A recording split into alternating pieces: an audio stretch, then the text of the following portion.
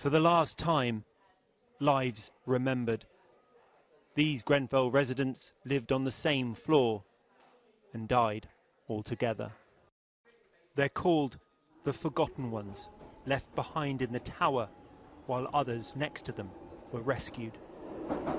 On the night of the fire, Zainab Deen was at home with her son Jeremiah, who was 2.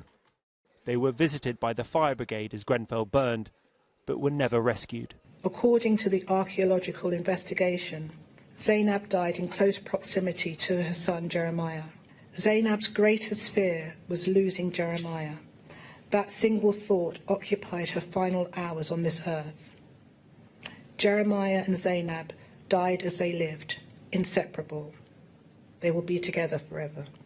Seeking refuge in the same flat as Zainab Deen, Mohammad Alhajali. He was also missed by firefighters. He was on the phone to his brother Hashem, who was outside the tower. Mohammad suddenly said, "Oh, the fire is here. I can see the fire." That was the last thing Hashem heard him say. Hashem then heard the sound of cracking, which he interpreted to be the sound of the fire. The phone cut off.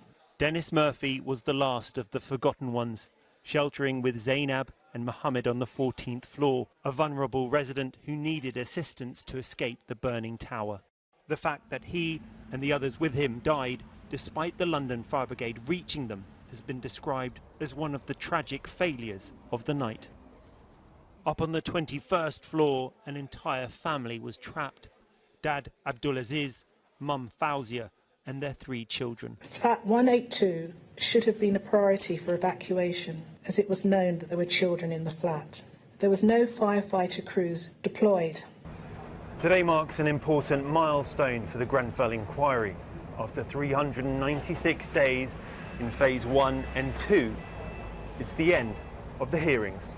We have now come to the end of Module 8, the final module in this inquiry.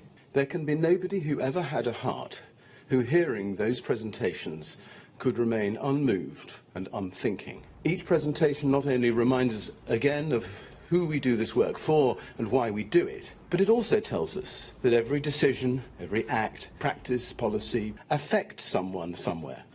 As someone who is unknown and unseen, but who is an adored child, a beloved sister, a respected uncle, a needed mother.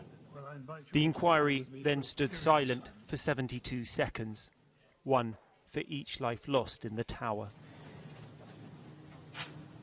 Mariam El-Wahabi.